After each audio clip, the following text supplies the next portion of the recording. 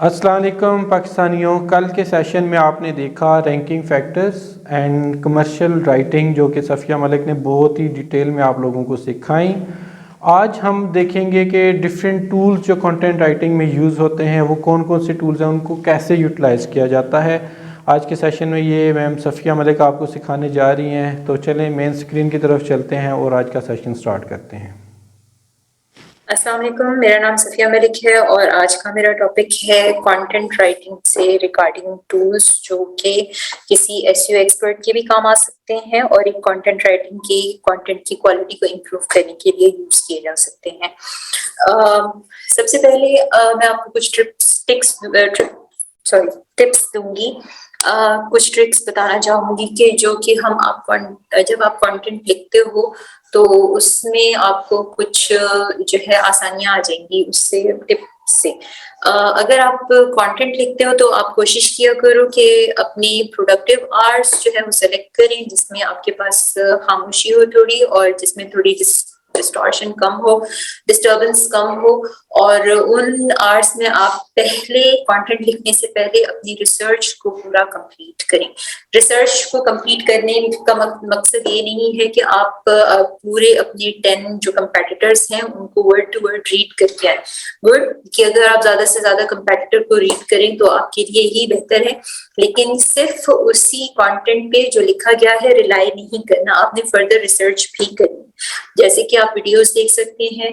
For example अगर आप किसी गेम का रिव्यू लिख रहे हैं तो आप उस गेम को खेल के देख सकते हैं, या फिर आप कोई और ट्रिक यूज कर सकते हैं, कोई बुक पढ़ सकते हैं इन केस अगर आप किसी आइडिया को या आप किसी थ्योरी को डिस्कस कर रहे हैं। तो इस वजह से आप इस तरह से आपका कंटेंट जो है वो काफी वेल रिसर्च्ड हो जाता है, आपके लिए लिखना बहुत आसान हो जाता है। जब एक आइडिया आपके माइंड में होता है, जब एक क्लैरिटी आपके माइंड में होती है तो वही क्लैरिटी फिर आपके कंटेंट में भी नजर आती है। इन केस अगर आप अपने कंटेंट को वेल रिसर्च्ड कंटेंट नहीं बनाते तो फिर आपको आपके कंटेंट से थोड़ा सा मतलब आप उसके ऊपर रिलाई नहीं कर सकते, आप कह नहीं सकते कि ये एक वेल रिसर्च कंटेंट है, आप क्लेम नहीं कर सकते। लेकिन अगर आप एक थ्योरी को बहुत अच्छी तरह एनालाइज करें और उसके हर फैक्ट के बारे में अगर आपको पता होगा तो आपके लिए लिखना बहुत आसान होगा और आपको लिखने में बहुत कम टाइम लगेगा। जब आप कंटेंट लिखने बैठे हर तरह की डिस्ट्रैक्शन जो है वो आप दूर कर दें। आप अपना व्हाट्सएप जो है उसकी नोटिफिकेशन बंद कर दें, आप अपना जो भी सोशल मीडिया के अकाउंट यूज करते हैं उनकी नोटिफिकेशन बंद कर दें ताकि वो आपको बार बार डिस्ट्रैक्ट ना करें। अदरवाइज ये होगा कि आप अगर 500 वर्ड्स लिखने बैठेंगी तो 2 या 3 घंटे लग जाएंगे, लेकिन अगर ये सारी डिस्ट्रैक्शंस नहीं होगी तो आप जो है 1 या 2 घंटों के अंदर अपना काम आराम से करें। दूसरी बात ये कि जब आप कंटेंट को लिखें तो बार बार उसको पढ़ पढ़ के उसको बेहतर और बेहतर और बेहतर बनाने की कोशिश ना करें, बल्कि उसको एक रॉ फॉर्म में आप जल्दी जल्दी टाइप करें। जिस तरह वो आपके दिमाग में एक ख्याल से दूसरा ख्याल उभर रहा है और जिस तरह आपने उसकी एक आउटलाइन क्रिएट की हुई है अपने माइंड में, तो उस सीक्वेंस को ना टूटने दें, उस फ्लो को ना जाने दें। वो एक नेचुरल फ्लो है और जब आप उस फ्लो में लिखेंगी तो आपके कंटेंट की रीडेबिलिटी एक फैक्टर है जो कि बहुत अच्छा हो जाएगा और आपका जो कंटेंट है उसमें फ्लो होगा और वो ज्यादा इंगेजिंग होगा, रेदर देन कि आप एक सेंटेंस लिखें फिर उसके बाद उसको सेट करें फिर उसको पूरा चेक करें, उसकी स्पेलिंग मिस्टेक खत्म करें। ये बहुत लंबा टाइम ले जाएगा आपका अगर आप इस तरह से कंटेंट को लिखें। इस बात को इग्नोर करते हुए कि आपकी स्पेलिंग मिस्टेक्स आ रही हैं, इस बात को इग्नोर करते हुए कि आप पंक्चुएशन में गड़बड़ कर रहे हो, इस बात को इग्नोर करते हुए कि आप के जो कैपिटल और या स्मॉल लेटर्स हैं उनमें कोई भी प्रॉब्लम करो, अंधाधुन लिखें। जितना आप बेफिक्र होके और कॉन्फिडेंस के साथ लिखेंगे उतना ही आपका कंटेंट आपको बाद में कम रिव्यू करना पड़ेगा। अच्छा जी, उसके बाद आपको सबसे पहले कौन से टूल की जरूरत होगी जब आप अपना एक कंटेंट क्रिएट कर लेंगे, जब आप अपना एक कंटेंट लिख लेंगे। जी ये देखिए मैंने इंटरफेस खोला है ग्रामरली का, मैं आपको थोड़ा सा बैक करके दिखा देती हूँ। जब आप ग्रामरली का इंटरफेस खोलेंगे, आप अगर इसका लॉगिन ले सकते हैं तो आप इसका लॉगिन ले लें, अपने अकाउंट पर इसको चार्ज करवा दिया करें बिजनेस वाला, तो ये आपका काम जो है काफी आसान कर देता है। अब मैं इसके ऊपर एक कंटेंट पेस्ट करती हूँ। ये एक डमी कंटेंट है, मैंने एक वेबसाइट से उठाया है। अच्छा जी, सबसे पहले आप इसको ग्रामरली पे डालेंगे। ये देखिए, ये इन्होंने एक गोल सेट का ऑप्शन दिया है, आपकी डोमेन कौन सी है। हमें नहीं पता होता समटाइम्स कि हमारे जो क्लाइंट्स हैं उनकी डोमेन डोमेन कौन सी है, तो हम उसको जर्नल रखते हैं। इंटेंट हमारा जो भी होता है हम उसे दे देते हैं, ज्यादातर इंफॉर्मेशनल ही रखते हैं। ऑडियंस जो होती है वो उस जर्नल होगी, नॉलेजेबल होगी, एक्सपर्ट होगी, ये भी हम सेट कर सकते हैं। ठीक है, उसके बाद हम जाएंगे उसकी फॉर्मेलिटी पे, तो वो हमने न्यूट्रल रखनी होती है। अब ये देखें, इस कंटेंट में इन्होंने बहुत सारे तो नहीं, इसमें तो बहुत थोड़े एरर हैं, लेकिन जब हम लिखते हैं और उसको करते हैं तो उसमें कुछ एरर्स ज्यादा आ जाते हैं जब हम फ्लो में लिखते हैं। तो यहाँ देखिए, यहाँ पर आपको एक सेक्शन नजर आ रहा है, करेक्टनेस। ये वाले एरर आपने अपने कंटेंट में नहीं छोड़ने। करेक्टनेस रेड कलर से जो आपके पास शो हो रहे हैं, ये वाले एरर्स आपने अपने कंटेंट में बिल्कुल नहीं छोड़ने, इनको इनके साथ टॉलरेट नहीं किया जाएगा। ठीक है, इनमें से आप इसके ऊपर क्लिक करें, जितने करेक्टनेस के एरर्स है ना वो सारे के सारे सैचुरेट होके आपके सामने आ जाएंगे, और इनमें से आप इनके ऊपर क्लिक करते जाएं और ये उसको चेक करते जाएं आपने क्या लिखा है और इन्होंने क्या दिया हुआ है, तो आप इसको चेंज कर दें। इवन सिर्फ इस केस में कि आपके फोकस कीवर्ड पे आ रहा हो और आपके फोकस कीवर्ड को चेंज कर रहा हो, तो आपने इसको इग्नोर करना है। ये सिर्फ एक वजह हो सकती है कि आप इस करेक्टनेस के एरर को बाईपास करेंगे। ठीक है, उसके अलावा आपके पास कोई वजह नहीं है कि आप करेक्टनेस की किसी भी एरर को आप बाईपास करें। आपने अपना कंटेंट ग्रामरली से पास किए, इसको ग्रामरली कहते हैं, आपने अपना कंटेंट ग्रामरली से पास किए बगैर सबमिट नहीं करवाना। किसी के कंटेंट में अगर ग्रामरली की, खासतौर पर करेक्टनेस की मिस्टेक आएंगी, तो हम उनकी असाइनमेंट को कंसिडर नहीं करेंगे। ठीक है, तो ये सबसे बेसिक और सबसे आसान और सबसे इजी मेथड है। अब ये आपको सारे करेक्टनेस के जितने भी एरर्स हैं वो हाईलाइट करके दिखा रहा है। आपका काम क्या है, सिर्फ इसके ऊपर क्लिक करना है और इन्होंने चले जाना है।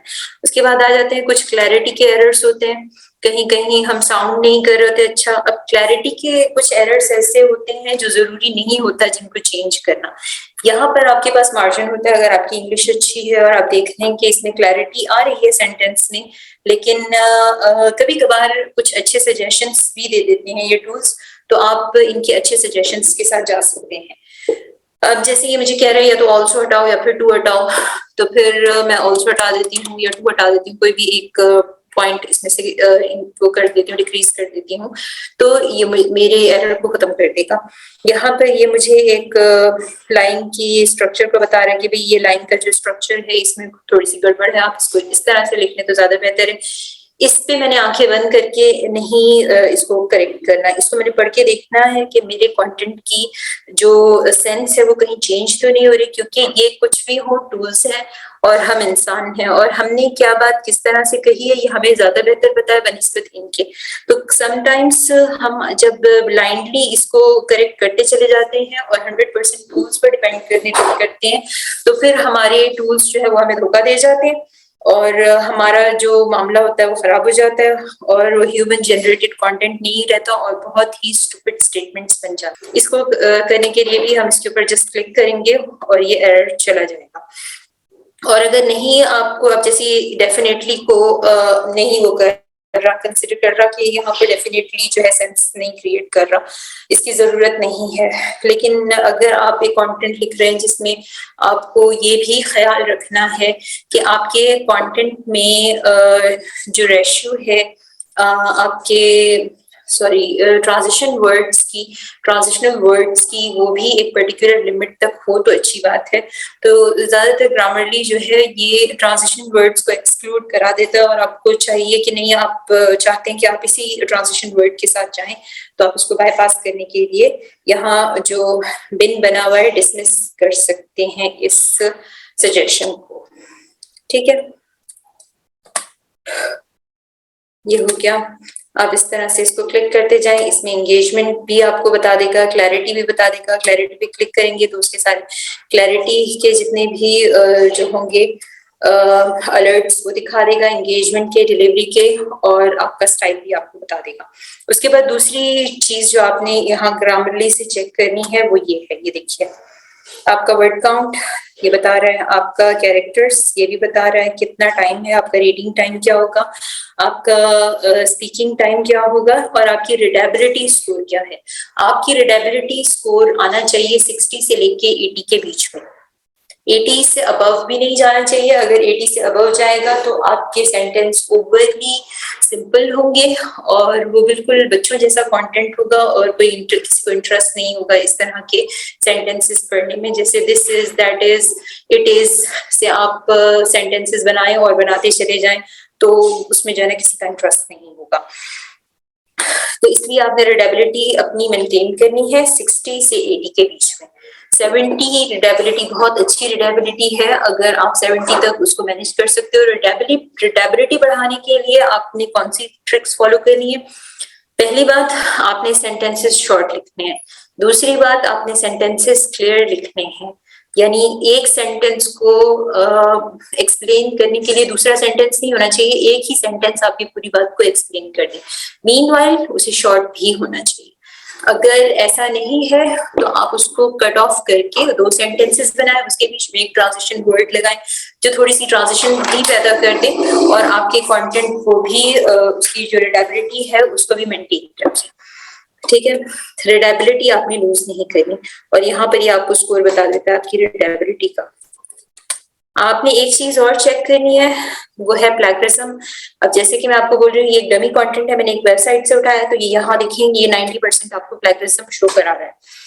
अब कुछ स्टूडेंट क्या करते हैं, वो ग्रामरली के प्लैगरिज्म को 100% समझ लेते हैं कि ये अगर जो ग्रामरली का प्लैगरिज्म है अगर हम इसको रिमूव कर लेते हैं तो हम सारा प्लैगरिज्म के इश्यू से निकल आते हैं। ऐसा नहीं है।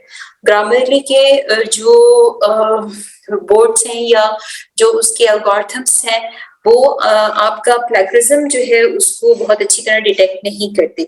इवन कि अगर मैं इस कंटेंट के अंदर से सारा प्लैगरिज्म निकाल देती हूँ, ठीक है, और इसको निकालते निकालते मैं 1-2 सेंटेंसेस 1-2 वर्ड्स चेंज करके या इनको रीराइट करके इससे प्लैगरिज्म निकाल देती हूँ, तो फिर मैं इस पैराग्राफ पे आके अभी इस काम को कर ही रही होंगी, ये पूरा प्लैगराइज्ड है, ये पूरा का पूरा प्लैगरिज्म के साथ है, तो फिर भी वो मेरे इस पैराग्राफ को हाईलाइट नहीं करेगा, जाने देगा, क्योंकि उसके एल्गोरिथम्स में 25% प्लैगरिज्म जो है वो अलाउड है। लेकिन जो आपका क्लाइंट है वो इसको अलाउ नहीं करेगा। 25% का प्लैगरिज्म अलाउड इसलिए होता है कि जब हम कोई एकेडमिक कंटेंट लिखते हैं या फिर कोई ऐसा कंटेंट लिखते हैं जो कि थोड़ा सा फॉर्मल होता है, जैसे कि कोई रिपोर्ट लिख रहे हैं आप या कोई रिसर्च पेपर लिख रहे हैं, या आपकी इंटेंट ऐसी है कि आपको उसमें बार बार जो है रेफरेंसेस देने पड़ते हैं, किसी का कोट है, इस तरह के जब आप कंटेंट लिखते हैं तो उसमें आपके पास 5 to 10% वो होती है, एक छूट होती है आपके पास कि आप उसमें प्लैगरिज्म को अलाउ कर देते हैं, कोटेशन मार्क्स के साथ लिखते हैं उसको और उसका रेफरेंस देते हैं। लेकिन मोस्ट ऑफ टाइम जो कंटेंट आप वेबसाइट के लिए लिखते हैं उस कंटेंट में आपके जो क्लाइंट्स होते हैं वो आपको अलाउ नहीं करते प्लैगरिज्म। आपको सिर्फ कौन सी सूरत हो सकती है प्लैगरिज्म को अलाउ करने की, वो हो सकती है कि अगर आपका प्लैगरिज्म आपके फोकस कीवर्ड पर फॉल कर रहा है या फिर आपके बहुत एक्सट्रीमली इंपॉर्टेंट किसी कीवर्ड के ऊपर फॉल कर रहा है, तो वहां पर आपको 2% से लेके 5% तक की छूट मिल सकती है अगर वो रैंकिंग कीवर्ड्स पर या फोकस कीवर्ड पर जा रहा हो। प्लैगरिज्म से बचने के लिए आप एक काम और कर सकते हैं। पहले तो आपने रीराइट नहीं करना। ये जो कॉन्सेप्ट है कि आप रीराइट कर लेंगे और प्लैगरिज्म चला जाएगा, बिल्कुल नहीं, ऐसा नहीं होगा। दूसरी बात ये कि जब आप रीराइट करेंगे तो आप उसी फैक्ट को उसी सीक्वेंस में आप एक्सप्लेन कर रहे होंगे and that is not good. जब कोई रीडर आपके पेज पे आएगा वो हुक नहीं होगा, क्योंकि वही कंटेंट वो पहले कहीं ना कहीं से पढ़ के आया होगा, फर्स्ट आपका जो कंपेटिटर है आपने उससे कॉपी करके लिखा होगा या सेकंड से करके लिखा होगा, तो वो आपका एक पैराग्राफ पढ़ने के बाद उसको पता चल जाएगा कि ये कंटेंट जो है वो कॉपीड है, जो फैक्ट मैंने पहले पढ़े थे ये उसी सीक्वेंस में दोबारा से लिखे हुए हैं, तो वो आपके पेज से बाउंस ऑफ कर जाएगा।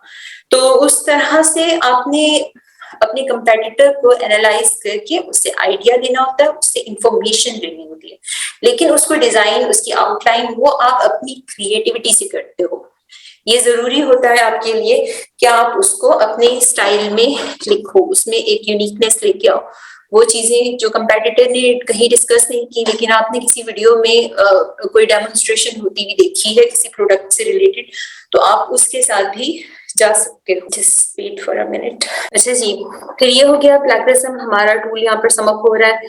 मैंने इस टूल के रिगार्डिंग आपको इन्फॉर्मेशन दे दी, आपने इसको कैसे यूज करना है। इसका एक और सीक्रेट होता है और ये होता है, प्लैगरिज्म बंद कर दूं इसका मैं। जैसे ये वर्ड है एक्सपेक्टेड, मुझे इस वर्ड को चेंज करना है या मुझे बिल्कुल कोई आइडिया नहीं आ रहा कि मैं किसी ऐसी लाइन से प्लैगरिज्म हटा सकूं जो कि लिखना मेरे लिए बहुत जरूरी है और उसके ऊपर भी ये टूल जो है वो प्लैगरिज्म शो करा रहा है, तो मैं उसको कैसे चेंज करूं। तो जब आप किसी वर्ड के ऊपर क्लिक रख के अपना कर्सर उसके ऊपर डबल क्लिक करेंगे तो यहाँ पर आपको ये कुछ सिनोनिम्स शो करा देगा। दूसरा तरीका ये हो सकता है कि आप इस वर्ड को आप जाके गूगल में सर्च करें और उससे मांगे कि ये आपको सिनोनिम कुछ आपको बता दे।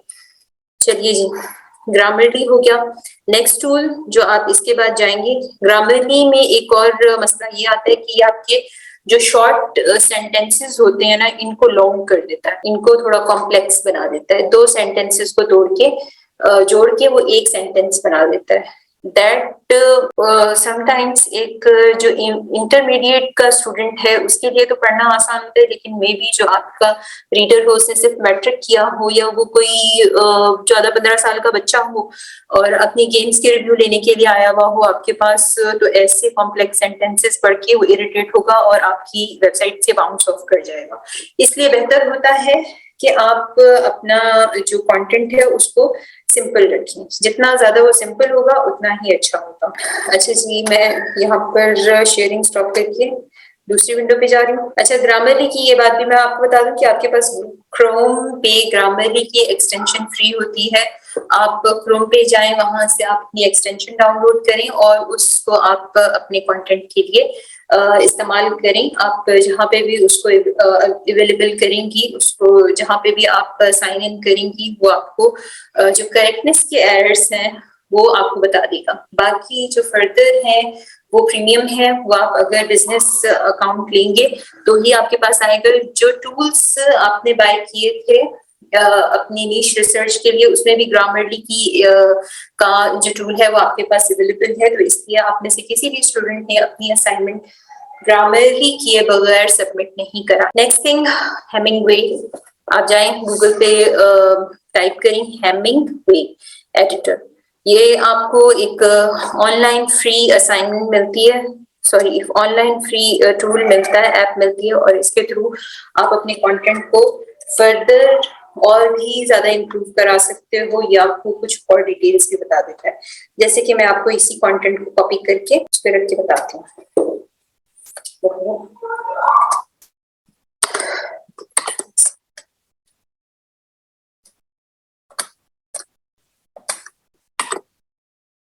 अब ये देखिए, रीडेबिलिटी 8 ग्रेड के बच्चे की है, यानी एक 8वीं क्लास के बच्चे को इस कंटेंट की समझ आएगी। ये एक अच्छी चीज है, अच्छी बात है, लेकिन रीडेबिलिटी आपने थोड़ी इससे भी लो लेके आनी है। आपको 6 या 7 ग्रेड के बच्चे की रीडेबिलिटी मेंटेन करनी है।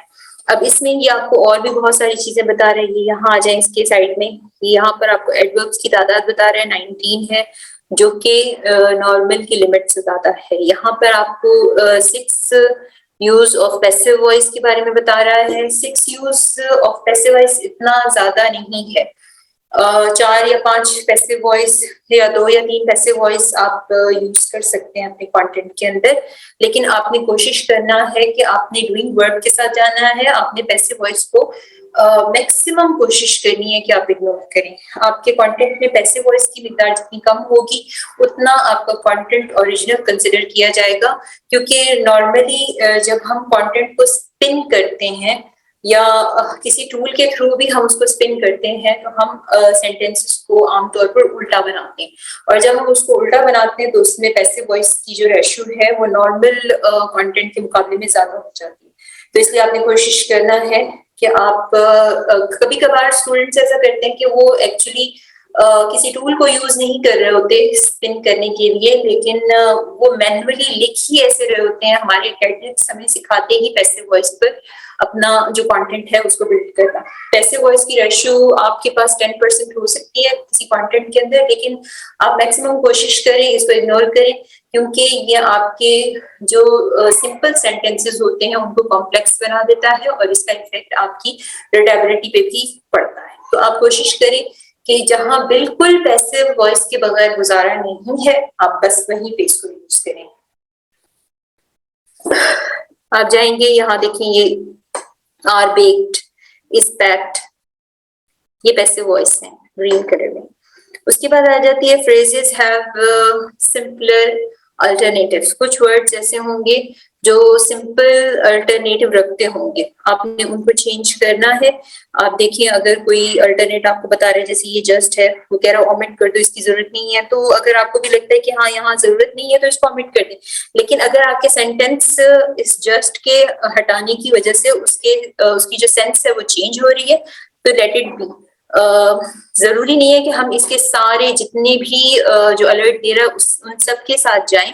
अगर आपने सेंटेंस ठीक लिखा हुआ है और वो सेंस बना रहा है तो ये जरूरी नहीं है कि हम इसके जितने भी अलर्ट्स हैं उन सब के साथ जाएं, लेकिन आप कोशिश करें कि आपके कंटेंट में कम से कम अलर्ट हो, क्योंकि ये टूल आपको आपकी रीडेबिलिटी इंक्रीज करने में हेल्प करता है।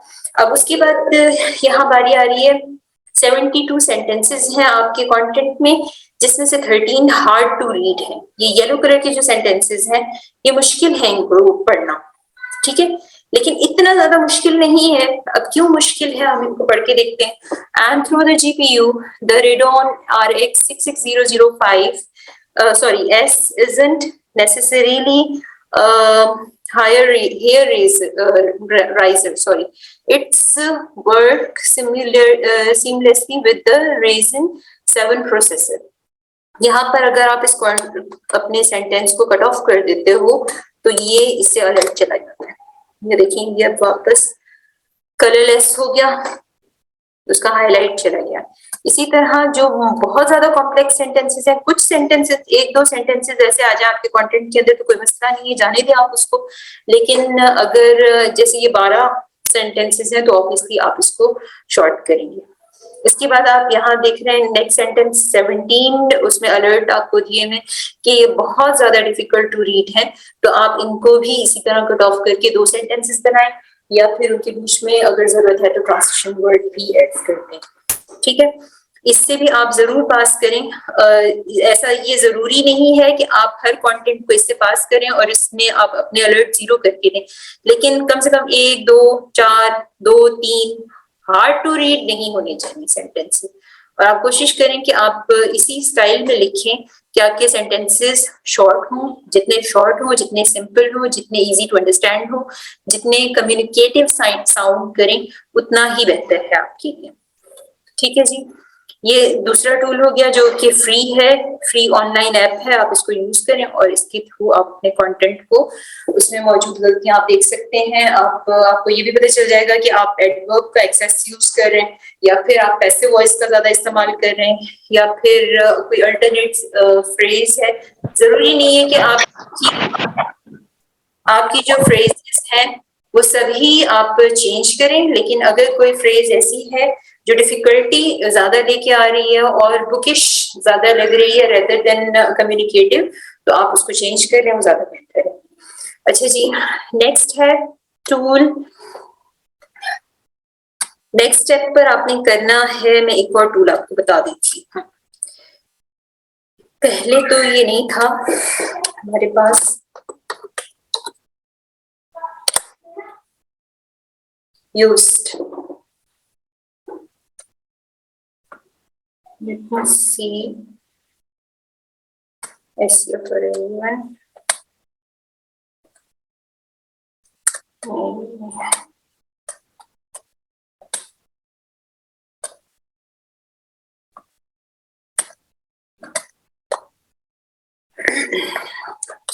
क्या इस पे लिखें कंटेंट एनालिसिस, यूज्ड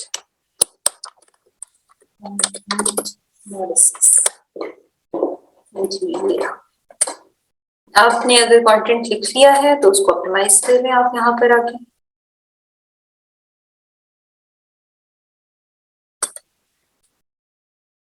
अभी नहीं आ रही, ऑनलाइन था एक टूल, मेरे पास शो नहीं हो रहा।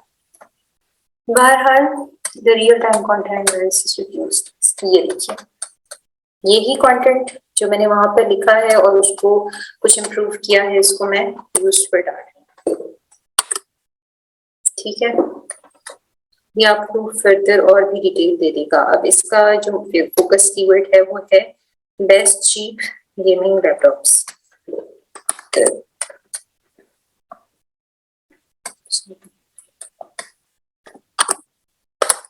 ये मेरा फोकस कीवर्ड है, यहाँ पे मैंने इनपुट कर दिया अपना फोकस कीवर्ड, और अगर मैं चाहूँ तो इसका स्निपेट भी एडिट करके इसको फर्दर और भी बेहतर बना सकती हूँ। जैसे स्निपेट है, इसमें मैं एसईओ टाइटल दे दूँ, इसमें एक मैं जो भी, अगर मेरी अपनी वेबसाइट है तो ऑब्वियसली मैं स्लग भी बना सकती हूँ। अगर मेरी अपनी नहीं है वेबसाइट तो कम से कम मैं मेटा डिस्क्रिप्शन की लेंथ और एसईओ की टाइटल की सारी लेंथ, ये सारी चीजें उसके अंदर डाल के उसको चेक कर सकती हूँ कि ये जो मेटा टाइटल है इसका क्या है। ये यहाँ पे नीचे मुझे सारा उससे रिलेटेड जो इन्फॉर्मेशन है मेरे कंटेंट से रिलेटेड वो मुझे दे देगा।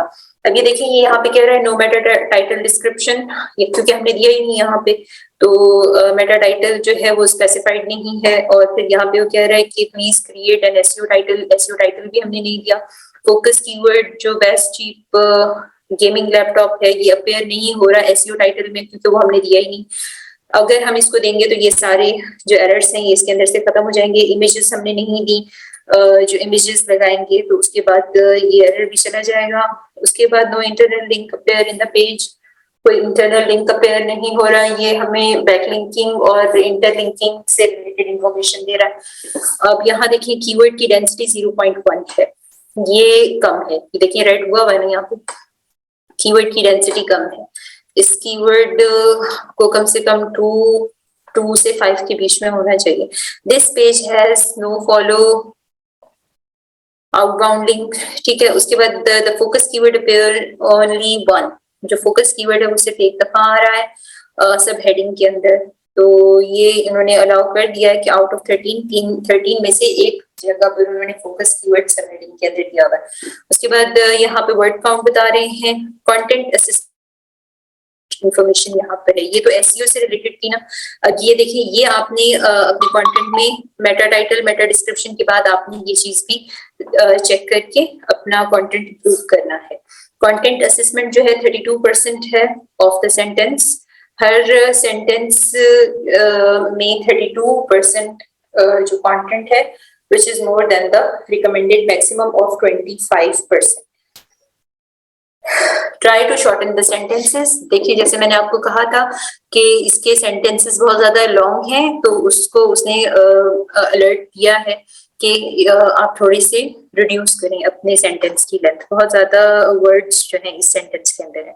अब 11.8% of sentence contain passive voice, देख लिया, ये भी एक चीज है, आपको सिर्फ 10% अलाउड है पैसिव वॉइस का यूज, और मैं आपको कहूँगी कि आप कोशिश करें कि वो 10% भी ना आए। आप कोशिश करें अपने कंटेंट को डूइंग वर्ब्स के साथ लिखने में, क्योंकि ये रेड तो नहीं है, येलो है, चल जाएगा, but that is good for engagement कि आपके कंटेंट में पैसिव वॉइस की रेशियो सबसे कम हो। द कॉपी स्कोर उसने बता दिया है, ये अलाउड है, इतना ठीक है। उसके बाद the amount of word following each of the sub heading doesn't exceed the recommended maximum of 300 words, यहाँ पर मैंने जैसे आपको बताया था कि आपकी कोई भी पैराग्राफ है वो 3 से 4 लाइन से एक्सीड ना करे। उसकी वजह ये है क्योंकि वो सिर्फ 300 की लिमिट जो है वो आपको अलाउ करते हैं कि आप 300 तक जाएं, लेकिन 300 की लिमिट भी ज्यादा है। आप कोशिश करें कि पैराग्राफ्स को शॉर्ट लिखें। None of the paragraphs are too long, which is great, and 3.6% of the sentence contain transition word. देखिए ये रेशियो है ट्रांजिशन वर्ड की, आपके पूरे कंटेंट के अंदर इतने ट्रांजिशन वर्ड्स होने चाहिए, यानी 30% जो है आपके कंटेंट के अंदर ट्रांजिशन वर्ड्स का होना जरूरी है। अगर आप ट्रांजिशन वर्ड्स ऐड नहीं करेंगे तो आपके कंटेंट की एसईओ अच्छी नहीं होगी। ये एक और टूल है जो आपको हेल्प करेगा। इसी तरह आप स्निपेट एडिट कर दें तो उससे भी आपको पता चल जाएगा कि आपके एसईओ टाइटल कैसा है। मेटा डिस्क्रिप्शन यहाँ पर ऐड कर दें तो मेटा डिस्क्रिप्शन के बारे में भी आपको इंफॉर्मेशन इससे मिल जाएगी। ठीक है, ग्रामरली हो गया, हेमिंगवे हो गया, यूज्ड हो गया। अब कौन सा रह गया है? चलिए ये काम हो गया। अब आपका नेक्स्ट जो टूल है वो आप यूज करें, कभी चलता है कभी नहीं चलता। चलो ट्राई करती हूँ। इनकॉग्निटो विंडो खोलें, उस पे जाके लिखें क्यूटेक्स की पहले हमें जो है ना फ्री में मिल जाया करती थी, कोई 2000 वर्ड हम डिफरेंट अकाउंट से साइन इन होके ना निकाल लिया करते थे, लेकिन अब जो है आप सिर्फ 500 वर्ड्स निकाल सकते हैं क्यूटेक्स के। अब देखिए यहाँ मैं प्लेगरिज्म आपको चेक करना बता देती हूँ। इसमें से एक से प्लेगरिज्म रिमूव कर देती हूँ क्विकली। अब देखिए फर्स्ट पैराग्राफ है इनका, सॉरी ये मैंने इनकॉग्निटो विंडो खोली है एंड सिंपली मैंने क्यूटेक्स को सर्च किया गूगल में और उसके बाद मैंने गूगल के इंटरफेस पे क्लिक किया है। तो ये सॉरी गूगल के सर्च जो मुझे उन्होंने दी थी उसमें से फर्स्ट रिजल्ट पे मैंने क्लिक किया है और उसके बाद उन्होंने मुझे ये इंटरफेस शो कराया। उसमें से अब मैं यहाँ पर प्लेगरिज्म अपना कंटेंट का कोई 500 वर्ड्स का प्लेगरिज्म चेक कर सकती हूँ। अगर कभी कभी ऐसा हो जाता है कि आप 2-3 दफा इसको साइन आउट करके दोबारा से साइन इन करें तो कभी कभार ऐसा हो जाता है कि आप 2 या 3 दफा 500 वर्ड्स का प्लेगरिज्म फ्री में चेक कर सकते हो। अगर आप 500 भी चेक कर पाते हो 24 आवर्स के अंदर और अगर आप 500 वर्ड ही एक दिन के अंदर लिख पाते हो तो आपके लिए बहुत आसानी से आप अपना प्लेगरिज्म चेक करके अपना जो असाइनमेंट है उसको सबमिट करवा सकते हो। और अगर आपको ज्यादा की जरूरत है ड्यूरिंग असाइनमेंट, वैसे तो आप इसका जो पेड वर्जन है वो भी ले सकते हैं, लेकिन अगर आपने फ्री यूज करना है और आपका जो रोजाना का वर्ड काउंट कोई 2000 के करीब है तो आप अपने 2-4 अकाउंट्स बना लें, उनमें इनकॉग्निटो विंडो खोलें, उसमें जाके इसको साइन इन करें और 500 वर्ड्स जो है आप अपने प्लेगरिज्म फ्री करें। ठीक है, अब देखिए जैसे ये कंटेंट है, इट इज डेफिनेटली, मैं इसको करती हूँ जैसे लोग करते हैं ना 2-3 वर्ड्स के बाद चेंज कर देते हैं। पॉसिबल का मैं अल्टरनेट वर्ड को यूज कर लेती हूँ, फिजिबल कर देती हूँ उसको, बजट का कोई अल्टरनेट वर्ड। अब देखें मैं इसको वर्ड टू वर्ड चेंज कर रही हूँ। इसमें जो रैंकिंग कीवर्ड है जी अब आ गई होगी। जी अब आ गया। मैग्निफिसेंट, इसको मैं मैजेस्टिक कर देती हूँ। ठीक है, ये मैं वर्ड टू वर्ड चेंज कर रही हूँ, हर 2-3 वर्ड्स के बाद ना इसको चेंज कर रही हूँ। अपने तौर पे मैं बहुत ज्यादा एक्साइटेड हूँ कि मैं प्लेगरिज्म को मैंने रिमूव कर दिया। ठीक है, हेल्प यू, बस यहाँ हेल्प यू तक इसको थोड़ा चेंज कर दें। थैंकफुल की जगह मैं ग्रेटफुल कर दूंगी। कौन सा मुझे वो देता है, नहीं देता, चलो मैं खुद ही कर देती हूँ, ये मैं मैनुअली भी कर सकती हूँ। ग्रेटफुल, ग्रेटफुली, अच्छा इन्होंने एडजेक्टिव बनाया था। वास्ट, वास्ट की जगह मैं इसका एक्सटेंडेड कर देती हूँ। मेजॉरिटी को मैं प्रिविलेंस कर देती हूँ। उसके बाद अवेलेबल को मैं अनरिस्ट्रिक्टेड ओपन कर देती हूँ। ठीक है, मैं इसको चेंज करती जा रही हूँ अपने तौर पे। जो भाई चलिए परचेज को बाय कर देती हूँ, एक्सेप्शंस को एनिमल भी कर देती हूँ, अदरवाइज अदरवाइज भी नहीं करती। चलिए पिक को कर देते हैं चेंज। सिलेक्शन और देयर plenty।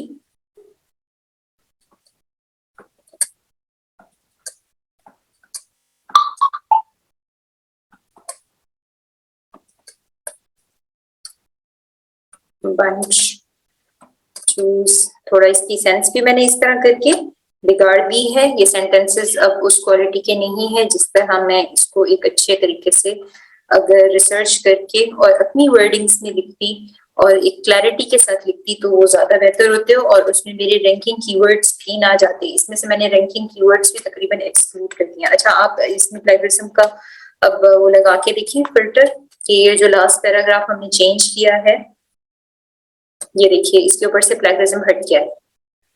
ठीक है, तो बिल्कुल शो नहीं करा रहा, बस ये इट इज डेफिनेटली। चलिए मैं यहाँ से इसको कॉपी ही नहीं करती, इसे जाते हैं हम डालते हैं इसको। मुझे स्क्रीन दोबारा से शेयर कर, ये देखिए आ जाइए। इसको मैं देती हूँ चेक फॉर क्लास। अरे मांग दिया, नहीं चलेगा।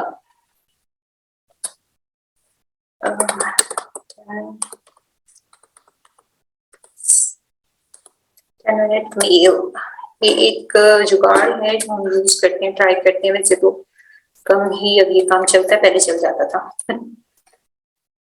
ये एक टेम्पररी ईमेल होती है। जी जी, प्रैक्टिस के लिए तो चलो जुगाड़ चल जाती है, लेकिन आपको अगर काम करना है तो फिर आपको उसके लिए पेड वर्जन ही लेना पड़ता है।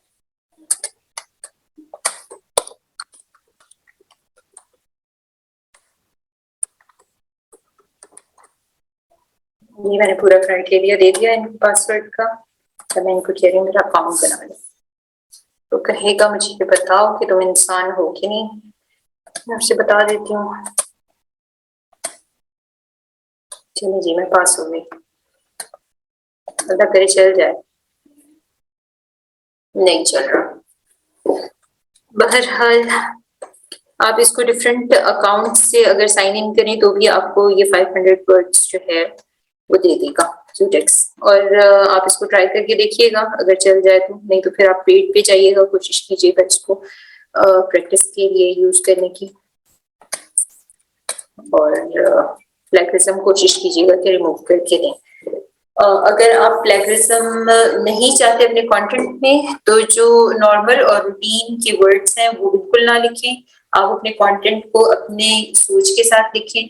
जो वर्ड्स कॉन्स्टेंटली यूज होते हैं, जैसे कि if you are looking for the product, अगर आप ये लाइन पूरी की पूरी एज इट इज लिखेंगे, जो कि कॉमनली यूज होती है और कई राइटर्स ने इसको एज इट इज ही लिखा होगा, तो ऑब्वियसली उसके अंदर प्लेगरिज्म आएगा।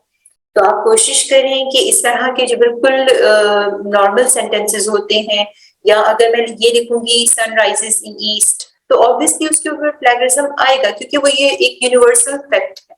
अगर आप उसको कस्टमाइज करेंगे, the rising sun from east something, उसको कुछ किसी तरह आप उसको चेंज करेंगे अपनी क्रिएटिविटी से, तो आपके पास जो है जो प्लेगरिज्म का इश्यू है वो कम हो जाएगा।